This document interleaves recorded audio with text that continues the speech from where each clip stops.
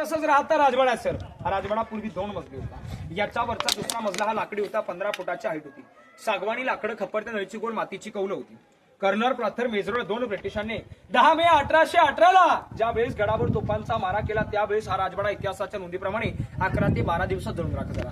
आज रोजी आपण राजवाड्याला पाहिलं, चारही बाजूला साईडला पडलेली भिंतनी मध्यंतरात पडीक चौतरे पाहतो आपण. सर आपण हा पहिला चौतरा पाहतो हे आपल्या राजेशिवाय छत्रपतींचं बेडरूम असेल. त्याचा पुढचा दुसरा चौतरा किचनला मुतपाक खाना म्हणतो, म्हणजे स्वयंपाकघर. आपल्या महाराजांचा जन्म शिवनेरी किल्ल्यावर झाला सर 19 फेब्रुवारी 1630 मध्ये, आणि महाराजांचा मृत्यूवेळ रायगडावर झाला 3 एप्रिल 1680 मध्ये.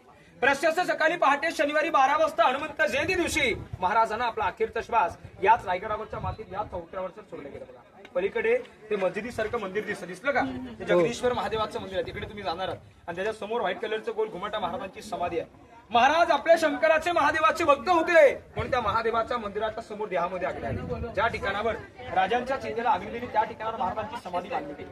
राजांना व्हायचे 50 वर्ष आयुष्य लागलं. आता आपलं पूर्ण